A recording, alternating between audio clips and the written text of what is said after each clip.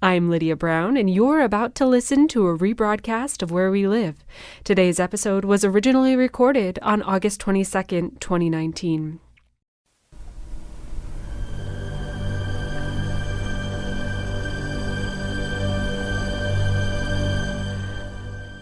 This is Where We Live from Connecticut Public Radio. I'm Lucy Nalpathanchel.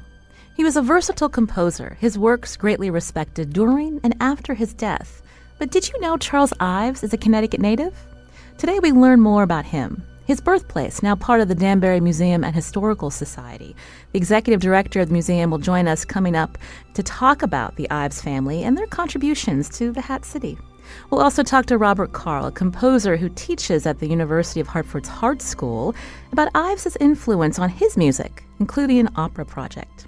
First, I want to welcome to our show Neely Bruce, the John Spencer Camp Professor of Music at Wesleyan University in Middletown, also composer, conductor, pianist, scholar of American music.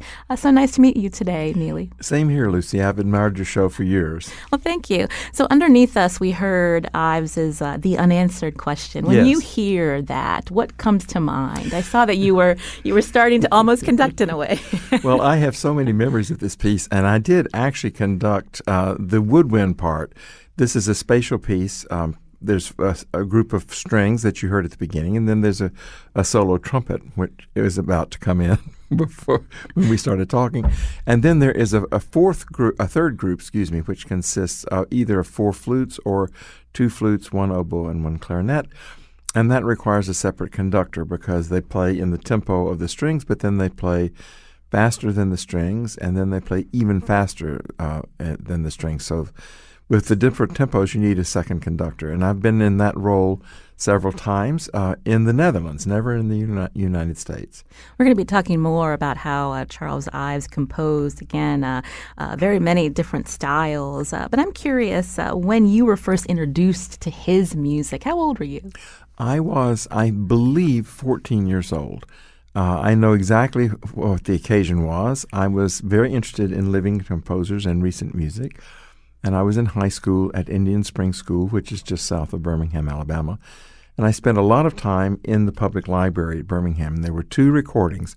One was the original John Kirkpatrick recording of the Concord Sonata, which totally baffled me. I had no idea what this piece was about. I had heard pieces by Schoenberg. I'd heard pieces by Stravinsky. I'd heard lots of pieces by Bartók. I understood these guys. They spoke to me directly. Ives did not. But he was intriguing enough for me to listen to something else, which was the first recording of Ives songs by Helen Boatwright and the aforementioned John Kirkpatrick. And that I understood immediately. I will never forget that recording. Do you think that that's often the reaction of many people who are exposed to classical music in some way when they first hear Charles Ives, his style? Is it striking to them? Yes, indeed, especially since I understood Schoenberg and Stravinsky immediately.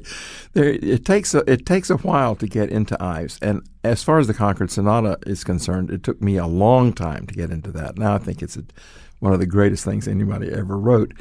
But I got into the songs much earlier. So tell us more. So I have to say, I hope I get a pass because I'm not from Connecticut. I had no idea Charles Ives was born and raised in Danbury.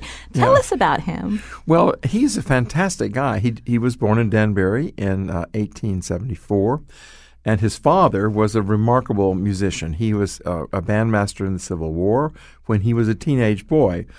And he led a band that General Grant, or later President Grant, said was the best Army band that we had. By all accounts, he was a remarkable bandmaster during the war, and he came back home to Danbury and decided that Danbury needed more music. And he did a lot of things. He organized a band. He was a cornet player. He played for all kinds of public functions. He went to New York frequently to concerts. As Charlie got old enough, he took him with him to hear the New York Philharmonic, lots of things. He was a very, very active force. He was one of the leading people in Danbury, and he even tried to make a career as a professional musician. He started teaching Charlie very early on. He had him do lots of experiments. He had him play the piano in one key and sing in another key. And he also made Charlie's brother Moss do the same thing. He liked to experiment with pitches. He built some sort of a thing that would play quarter tones.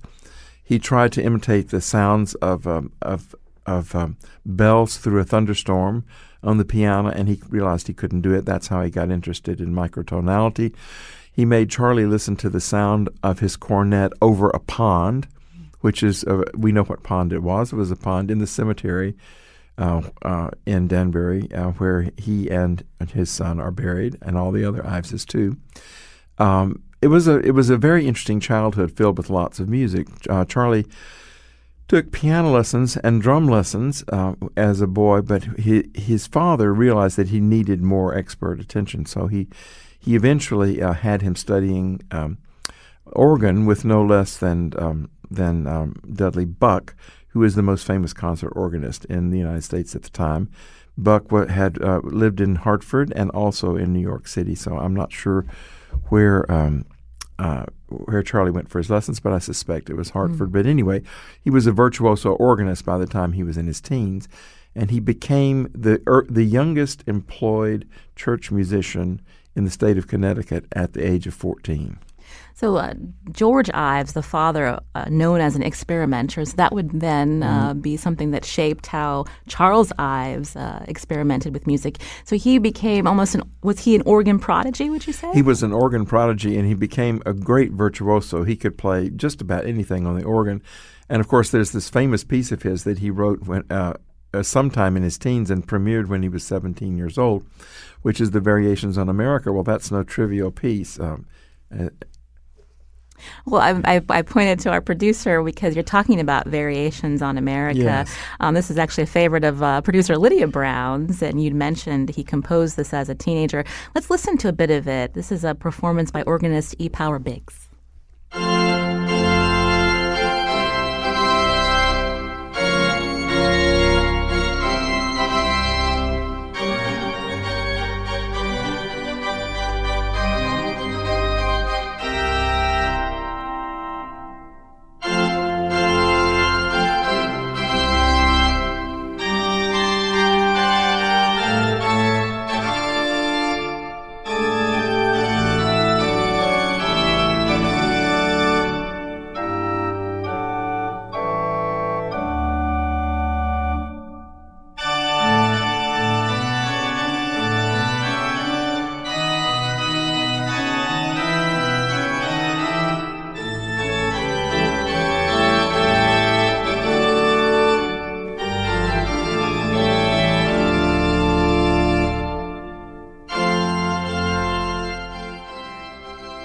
So again, that's Variations on America for organ. Neely Bruce was with me, Wesleyan music professor, also quite the music scholar, an Ives fan. What strikes you when you hear Variations on America? Well, this is a wonderful introduction to Ives because everybody knows the tune, and everybody can tell that this is not exactly the tune.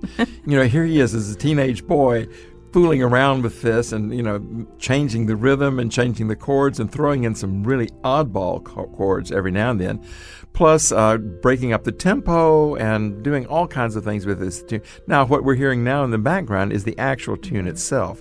What we heard before is the introduction. But anyway, he turns it into a tango. He turns it into all kinds, well, not really a tango, so bolero rhythm.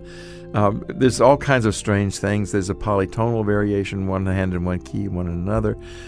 Big, fancy pedal parts. It's a microcosm of a lot of things that he would do later on in his career. I'm hearing that when I was a kid learning My Country 'Tis of Thee, this is what I'm hearing as I'm listening to Variations on America. Do you find it humorous?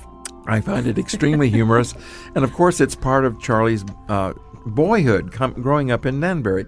Everybody would know this tune. Everybody would know the Star Spangled Banner and lots of other patriotic songs. Everybody would know certain hymn tunes. Everybody would know certain folk songs. Everybody would dance to the same fiddle tunes that would be played by the country fiddler, and so on. There's a very lively popular culture in America in music of all different sorts, and Charlie is right in the middle of it from the get-go. You mentioned George Ives playing a huge role in shaping Charles Ives as a composer, as a musician. What was the relationship like? Because when we think about growing up, you want a time to play outside, to be a kid, but he was learning and very strict with his music, Charles. Yes. So what was the relationship between father and son? Well, father and son's relationships are always complicated. Everybody who's a son or a father knows this. And I'm on both sides of this this dilemma, so I can speak from experience. But what happened, of course, was Charlie basically adored his father, and his father was a wonderful. He wrote a song called "The Greatest Man," which is not his own text, and it's about somebody else's father. But clearly, he considered his father the greatest man that he knew. His father died. At a certain point, it becomes inevitable that you have tensions with your father, and this started to happen. And unfortunately, it happened right when Charles was ready to go into college, and when he was a freshman in college, and that's when his father died. Mm-hmm. And he was disconsolate. It was he described the day many times as the bleakest day of his life. He had to turn to the next available father figure, which there was one waiting in the wings, which was his professor at Yale, Horatio Parker, who at the time was the most famous composer in America easily, and the perfect person to balance Ives's father in the terms of his education. But of course, it was not Charlie's agenda to say, I owe everything that I am, to Horatio Parker. So he said unequivocally, I owe everything I am to my father. My father was a greater man than Parker. Parker had all these skills. My father had heart. You can imagine the kind of thing. But he got actually as good an education as anyone could get in music anywhere in the world from Horatio Parker. So Horatio Parker, known as a more conservative composer. Mm-hmm. Well, it's not really fair to just label him a conservative composer, because he's much better than that would imply. And also, practically everybody is a conservative composer compared to Charles Ives. But Parker taught him, he taught him lots of fundamental things, but most importantly, he taught him orchestration. And he taught him orchestration very well. I checked out Ives's undergraduate record, and I found that he took, Parker had a 2-semester course in orchestration at Yale, and Ives took it twice. He took it as a junior and again as a senior. And so at his time at Yale, learning under Horatio Parker, what was he composing at the time? Well, the most important thing he composed, of course, was his first symphony, which was his senior project. It's a mind-boggling senior project. I mean, it's a symphony that can easily be compared to the symphonies of Dvorak and other late 19th century symphonies. He had heard the Brahms symphonies, which he adored. He had heard the Tchaikovsky symphonies. He heard the New York premiere of the Tchaikovsky Sixth Symphony, if I'm not mistaken. But Dvorak, I think, really made a stamp on this piece. It's really marvelous, and the more you listen to it, the more it sounds like Dvorak. But of course, it's distinctively Ivesian. It doesn't quote any American songs. There are no hymn tunes.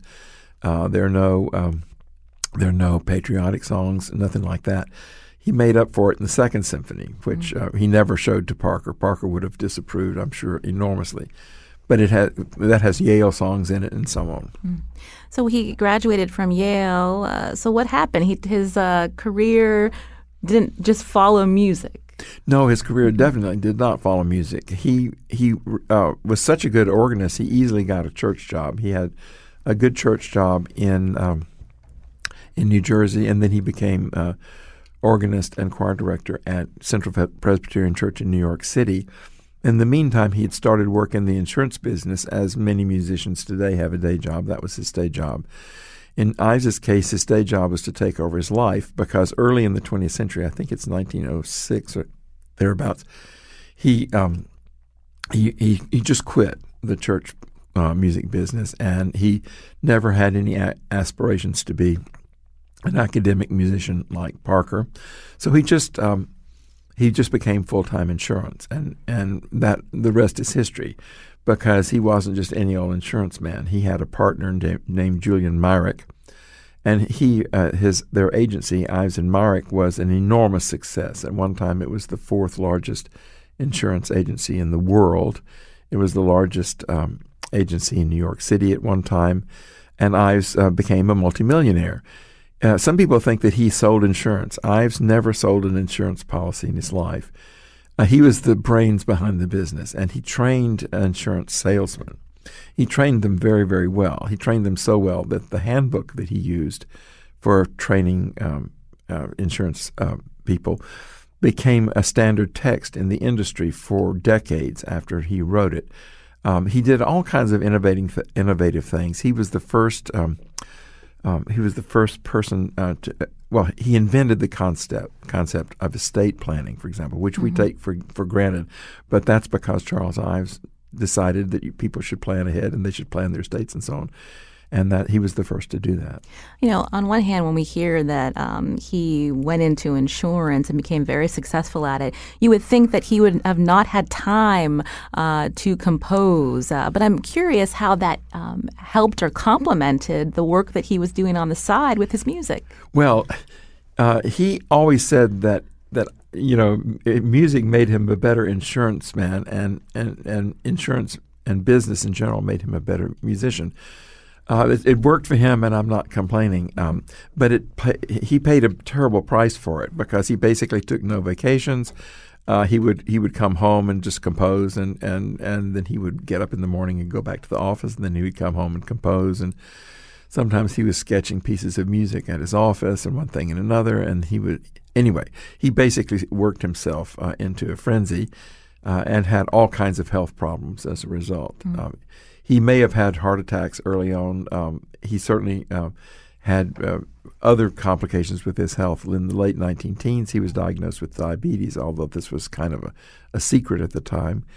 But anyway, he had heart issues. He was a diabetic, and this is before the synthesis of insulin, so his life could have been a lot shorter. But during his lifetime, people made insulin, so that prolonged his life, I'm sure, by decades. But the last, let's say 30 years of his life, he was really an invalid.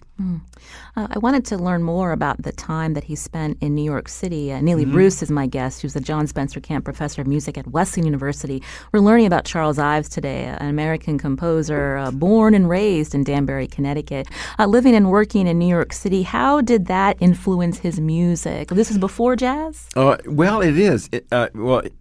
Charlie was famous when he was an undergraduate for playing ragtime. He played Yale shows. He played at local pubs. He played, for parties. He was very, very popular, and he continued to be interested in popular music. He heard a lot of popular music in New York City, as people do, but he also heard the sounds of the city. There's a piece of his called Central Park in the Dark, which is about the kind of sounds that you would hear.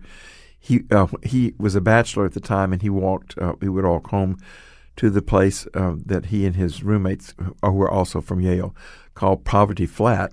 And he would walk through or alongside Central Park, and he would listen to various vendors. He would listen to the sounds of distant music. He would listen to the sounds of people speaking or just transportation sounds. And he has an incredible piece, Central Park in the Dark, that evokes all the sounds of the city. He has another piece which is tied to the sinking of the Lusitania, where he was waiting for the subway, and people learned of this and began to sing in the sweet by and by, just spontaneously. So the sounds of the city were very much a part of his life. Walking through the city was very much a part of his life. He would also go to various theatrical places, and he would pay the theater musicians to read through pieces of his. This was that time he was getting very, very few performances, almost none, until he had basically stopped composing. He didn't get very many performances, but he would pay people to read through things so he could check how they sounded and make small revisions and so on. So he's very much a part of the city life, and it shows up in the music in many ways. I wanted to play another composition for our listeners. This is actually titled The New River. Can you talk about this and how he was able to convey a lot in such a short period of time? Well, this is an amazing piece about the way civilization infringes on nature. It's an ecological protest piece, if you like. This is a performance by David Barron and myself. In 2009, I did a big performance at Wesleyan of all of the Ives songs. It was in a weekend. We had 6 performances, 202 pieces of music. It was quite an event. David was the baritone who sang all those songs. Gary Harger sang all the tenor songs. Elizabeth Saunders sang all the mezzo-soprano songs. And Johanna Arnold sang all of the soprano songs. And I did all the accompaniments with assistance of other instruments as needed, violin and so on. I'm the only pianist, by the way, to have played all this music. And in the Ives Vocal Marathon, we did world premieres of unpublished pieces. But anyway, David and I went in the recording studio afterwards, and we did The New River, among many other songs. The New River is basically a ragtime piece about how the beautiful river is being destroyed by technology and the advances of, quote, civilization, unquote. So let's hear it. This is New River from your recording with baritone David Barron.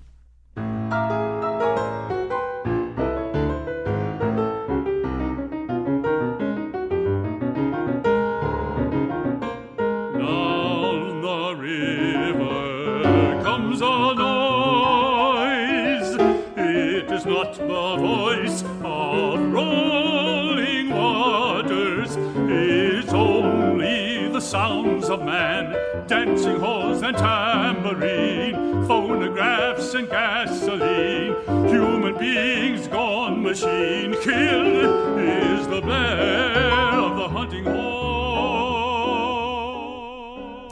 That's The New River. We're learning more about the composer, Charles Ives, a Danbury, Connecticut native. My guest today, Neely Bruce, who's in studio with me, the John Spencer Camp Professor of Music at Wesleyan University in Middletown, Connecticut. Also, Neely, composer, conductor, pianist, scholar of American music. We're going to talk more about Ives coming up right after the break. We're going to learn more about Danbury and what the city's doing to remember the legacy of Charles Ives. It is not the voice of rolling waters. You're listening to a rebroadcast of Where We Live. Today's episode was originally recorded on August 22nd, 2019. This is Where We Live from Connecticut Public Radio. I'm Lucy Nalpathanchel. We're learning more about the life and legacy of American composer Charles Ives, who was born in Danbury, Connecticut. In studio with me, it's my pleasure today to speak to Neely Bruce, who's a John Spencer Camp Professor of Music at Wesleyan University in Middletown, Connecticut. Also an Ivesian, is that correct? Absolutely. Absolutely. You've been telling us about the early years of Charles Ives, and you'd mentioned earlier that as he aged, he became an invalid because of health issues. And so I'm wondering, before we get to that, there was a woman in his life. How did Harmony help him during this time? Well, Harmony Twitchell Ives was the daughter of Joseph Twitchell. Harmony grew up in Connecticut as well. And Twitchell is the Reverend Joseph Twitchell of Asylum Hill Congregational Church, Mark Twain's best friend. I'm sure we'll have more to say about the Twitchell family later on. But Harmony was the sister of Dave Twitchell, who was a classmate of Charlie's at Yale. And he met her as an undergraduate, but they didn't have any sort of courtship. They were more or less friends. But anyway, somewhere early in the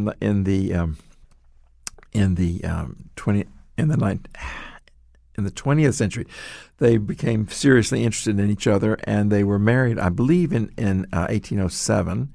Their honeymoon, 1908. 1908. I'm off by a year. Sorry, engagement in 07, wedding in 08, and they vacationed in the Adirondacks, and they had a wonderful marriage. But Ives. Harmony was a nurse by profession, and Ives, was looking ahead. He had a little bit of self-interest, I think, in marrying a nurse, and she was, of course, completely dedicated to helping people. She also thought that Ives was the greatest composer alive, and he was more than just her husband to her. He was a great genius, and she felt it important to keep him as comfortable and as healthy as possible. He had been he had been off and on not so well his entire life, but after the collapse of his health in the late teens, 19, 20, 21, around in there, he really needed her help pretty much full time. He was able to continue at the office for a while, but he stopped writing music in the 20s. He retired from business with very good investments and lots of money. And he spent his life after that, finishing up a few pieces and editing his works and being a major philanthropist, actually. Before the 20s, before he retired because of his health, that time after his marriage for several years, he was writing a lot, composing a lot. One of those, I guess one of his most famous works, The Unanswered Question. I just wanted to play a little bit of this before we talk about it. This is the Unanswered Question again, just an excerpt by the New York Philharmonic Orchestra.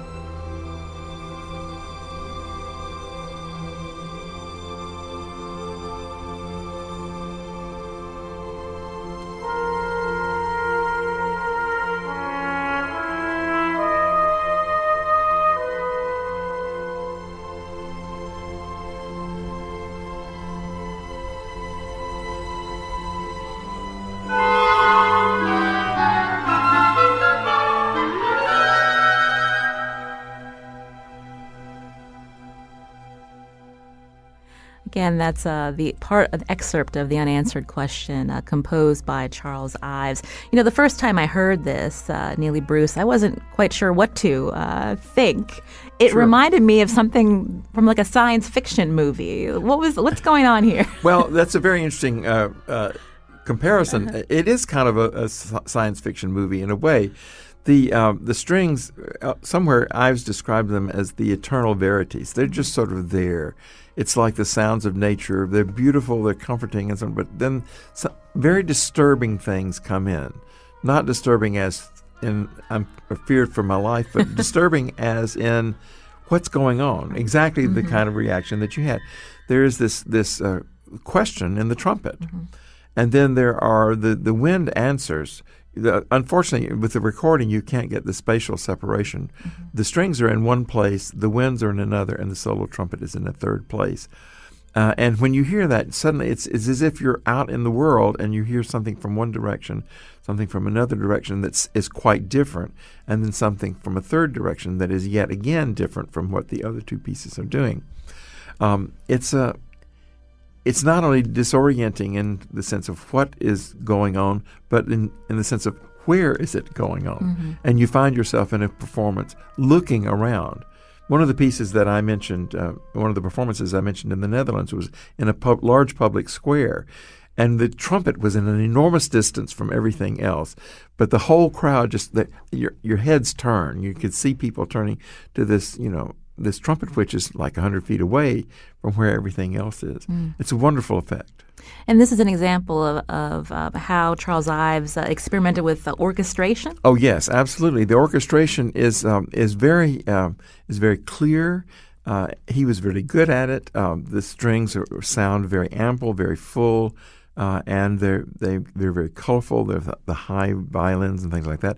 The version, this particular performance, the Bernstein performance, uses two flutes, one oboe and one clarinet, which is a slightly more pungent sound than the four flutes, which is the alternate version of it.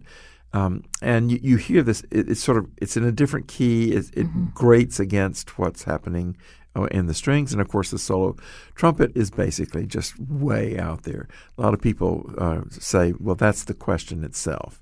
The question itself is the solo trumpet, and there's the eternal verities of the strings, and then there's this agitated thing in the winds, but the question is never answered by either the agitation or the serenity. I'm curious how other musicians reacted to the work of Charles Ives. Who are his contemporaries? What did they think? Well, his contemporaries are people, let's see, how to say this.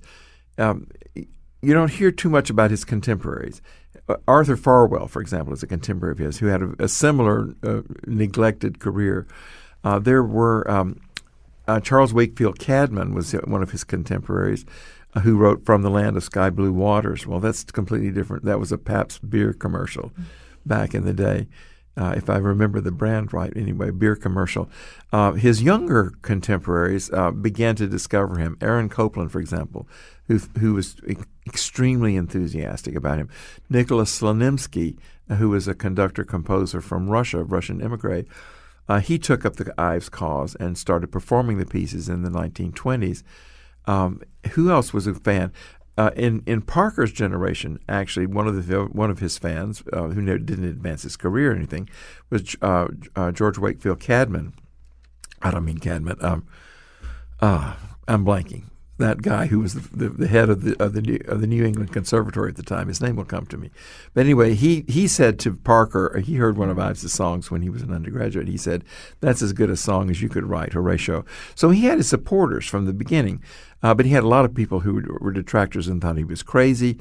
He gave away copies of his music that people threw in the wastebasket and things like that. Very, very intense criticism.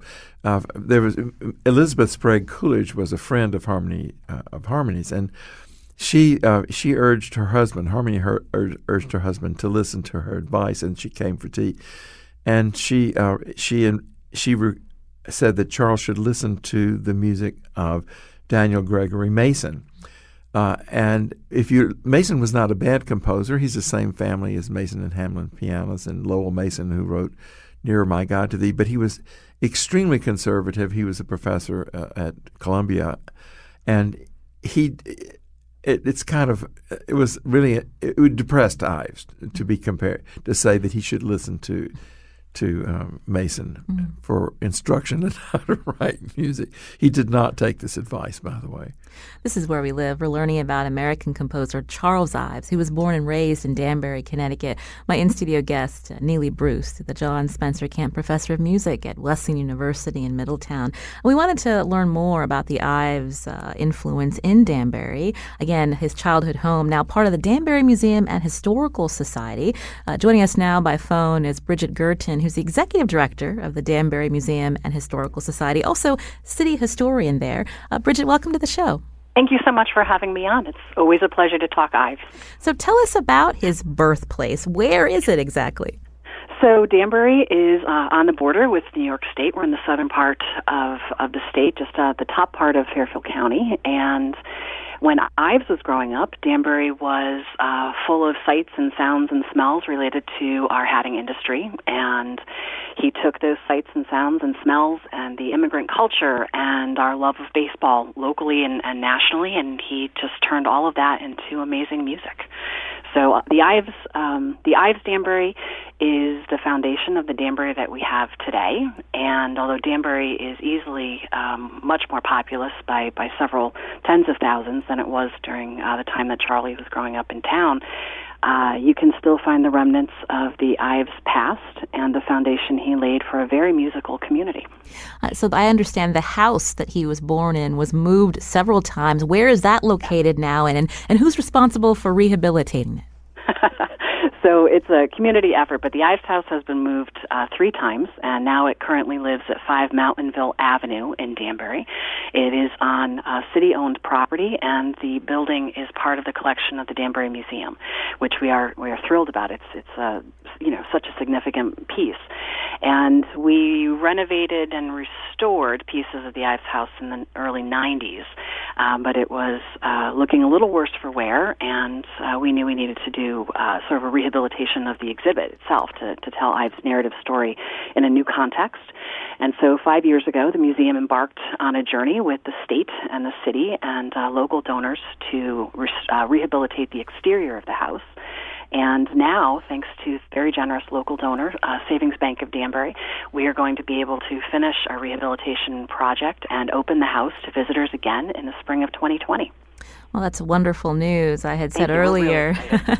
I had said earlier, Bridget, that I didn't realize Charles Ives was from Danbury. So now I need to check out that house that's being rehabilitated. Thank you so much, Bridget Girton, for joining us. And I would like to take a field trip. Maybe the Where We Live team will come down once the house opens. I mentioned Neely Bruce is my in-studio guest. I wanted to play the third movement of Charles Ives's Three Places in New England, because I wanted to hear more about how he incorporated his upbringing, the sounds that he heard into his compositions. Well, this is such an amazing piece. First, I'd like to congratulate Bridget and the people of Danbury for restoring the house. Thank you. I was in the house very briefly at one time, and I was able to walk around it in its current location not too long ago with a group of Wesleyan students. But it's a very, very important, very interesting, wonderful house. So kudos all around. The Housatonic at Stockbridge was first a song, and it was then turned. The song starts off "Contented River." It's a description of the origins of the Housatonic, which is indeed just a mere brook in Stockbridge, Massachusetts. You can go to the place where Charlie and Harmony actually walked along the river on their honeymoon. It's a beautiful, idyllic spot, very near, downtown Sturbridge, such as there's a downtown Sturbridge, and it's just a trickle. And the piece describes the gaining of momentum of the river, and eventually, of course, it ends up in Long Island Sound at Sheldon, Connecticut, where the do I mean Sheldon? Where is it? Wherever the Housatonic empties into the river, anyway, near Bridgeport, and it has a GE plant now. So this is before the GE plant, obviously, and it's the new river that we heard earlier, but this is the original beautiful idyllic river that flows to the sea and gathers momentum. There's a tremendous climax very near the end of the piece, and then all the loud instruments drop out, and only the soft strings just sort of hover in the background, and it's a totally magical effect. Very, very original orchestration, and so we hear the contented river at the beginning. We hear it gain strength. We hear the emptying into the sea, and then it's all over. Gorgeous piece. Neely Bruce is my in-studio guest here on Where We Live. We're going to hear again the third movement of Charles Ives' Three Places in New England, titled The Housatonic at Stockbridge.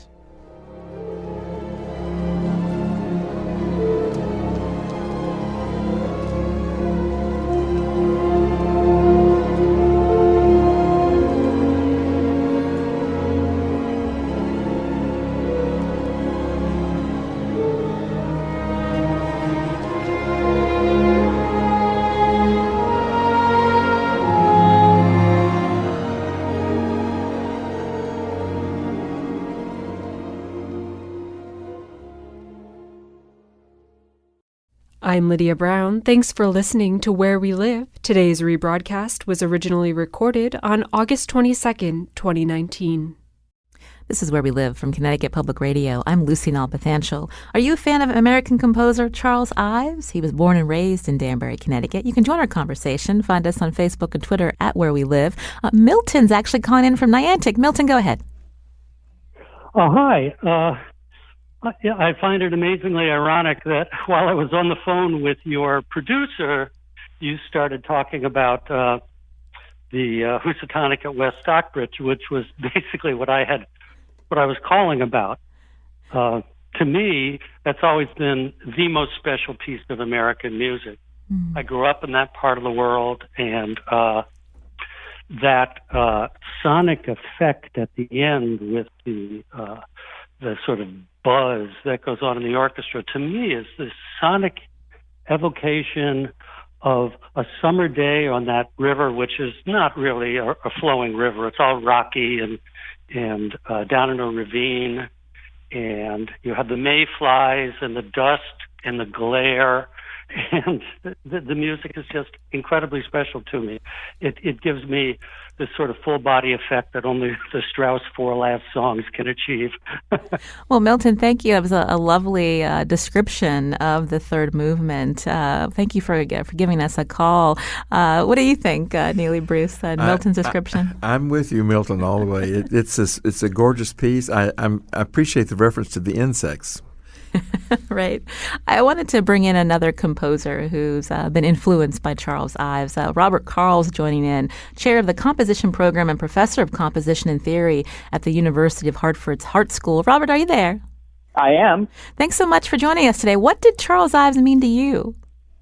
Well, in some ways, Ives, I think, was what made me a composer, because I did come to college at Yale. I was not really, at that point, a musician, though I had a great interest in music, and I remained a history major the whole time I was there, but I happened to be there at the time of the Charles Ives Centennial, and Yale went all out and played lots and lots of his music live that I heard, and I think that somehow kick-started me. It gave a permission, and I started writing, and I'm very glad that it was Ives, because he is, in a way, an ultimate permission giver. What is it about his approach that appealed to you, or the music that you're hearing at times? Well, I was thinking about this actually in the conversation yesterday with your producer. I think I said, I think the thing about Ives is that you have this amazing connection of imagination and invention. Ives, had an incredibly fertile imagination. And at the same time, he had an ability to come up with ways of conveying it that were actually quite personal, rigorous, and musical. And he experimented, but he experimented like a scientist to get things right the way he wanted them. And so those combinations, I think, make his music especially important and something that we can teach, not just as a one-off. I understand that you have an opera that's inspired by Charles Ives' life. Tell us about it.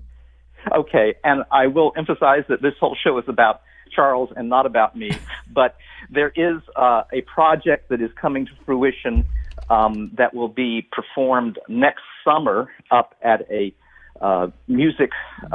vocal music institute that does an opera program and a series in the summer called the Siegel Music Colony. The opera is called Harmony, and it is a evocation of the time of Charles's and Harmony's engagement. But the key sort of dramatic point is that historically there was a meeting between Charles Ives and Mark Twain. It actually happened in Hartford in the Twain House. Harmony was the goddaughter of the Reverend Joseph Twitchell, who was the leading preacher of Hartford. But Twitchell was also the best friend of Mark Twain. And so Twain was enlisted to examine Ives to see if he was suitable as a prospective husband. Now, historically, nothing much happened as far as we know, but I always thought that was a sort of great image of those two men encountering one another. And then I was able to enlist a wonderful American novelist named Russell Banks to write the libretto, which is quite gorgeous. And he is also, by coincidence, married to Charles Ives' great niece, Chase Twitchell. So the plot thickens as we go along. And I would like to emphasize, Neely has been very, very accurate. And hello, Neely. Hi there, Robert. How are you? He has been very accurate with all of the historical details. Needless to say, for what is a work of fiction, we take a lot of liberties in terms of the timeline and what happens when, and the way that it all happens. It's sort of like a one-night magic flute with an almost derailed marriage. It's a rom-com, etc., like that. But I do think there is a lot. There's still, I believe, a lot of truth in it. As a matter of fact, now that I've finished writing it, I have to keep reminding myself that these things did not really happen. So anyway. This piece is a love letter to Charles Ives and Harmony, his wife? It is. As a matter of fact, I had a professional commitment in the Hudson River Valley about 2 weekends ago, and on my way there, I stopped by the cemetery in Danbury to go to the grave and to ask blessing and forgiveness for what I was about to do. You know, and it seemed to work, by the way. Anyway. Robert, you and Neely, obviously music professors. I'm curious about when we think about Charles Ives' legacy today. What's your students' reactions, and what do they say when they hear his music and play it? Yeah, Neely, is it okay if I go ahead first? Sure, it's your turn. Okay. Well, it's very quickly.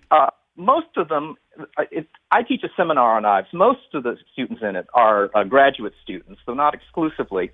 Most of them have encountered his music, but they don't know it comprehensively. I do think that what they end up with, they come out of it very, very charged. I mean, I always have them as a final project write a piece that in some way shows an Ivesian influence that they then have to tell me what it is. So first of all, a lot of fertile music has come out that now and then they didn't imagine they had. And I think that, again, sort of like me, Ives is the permission giver. Things that you might not have imagined you were allowed to do as a composer, as an artist, are things that you almost have to do if you take Ives as an inspiration. And by the way, he's still contemporary in terms of all the techniques, which are a catalog of possibilities, and also, by the way, because of the diversity. This music is, from its time, just about as eclectic and diverse as it possibly could have been. And so it's a model for what composers today of concert music can do with the exponentially wider range of resources that we have.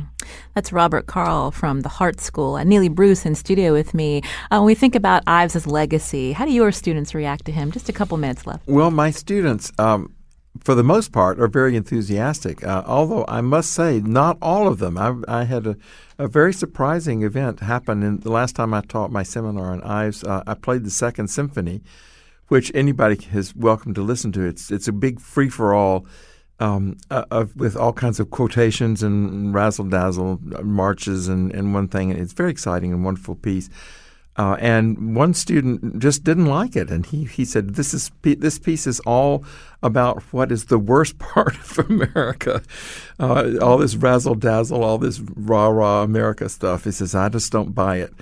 And that was, he's a minority position perhaps, but, there's that idea too that it's a little bit too much, American culture in your face. To people in my generation, that's not the case at all. I mean, everybody I knew in graduate school was just crazy about him. There's an older generation of composers, who were still alive when I was in school. Henry Cowell, Lou Harrison, people like this who Leonard Bernstein himself, who conducted, the Second Symphony. Harrison conducted the Third Symphony for the first time. I mean, to me, he's a beacon for composers of all generations and for the future. Before we run out of time, can we talk a little bit about the Ives Project? Sure. The Ives Project is the work of the New Camerata Opera, which is a small opera company up and coming in New York City, and they asked me to record a number of songs with members of the company, and they've started producing these videos. There will eventually be more of them, but there's 6 now out on YouTube. You can go to YouTube. If you just search New Camerata Opera and the Ives Project, you'll come up with the playlist of the 6 videos they have. You can hear me play this music, and you can hear members of the New Camerata Opera sing some really, really fine songs. Well, it's been a pleasure to learn more about Charles Ives. I want to thank Robert Carl for calling in, chair of the Composition Program and professor of composition and theory at the University of Hartford's Hart School. Can't wait to hear more about the opera project. I think slated to be ready for audiences next July, Robert? That's right. You'll be on the mailing list. Wonderful. Also, Neely Bruce, a pleasure to meet with you and speak with you today. Same here, Professor Lucy. Thanks so music much. At Wesleyan University. I'm Lucy Nalpathanchel. Today's show produced by Lydia Brown. And we'll be hearing more of Charles Ives' compositions coming out of today's show.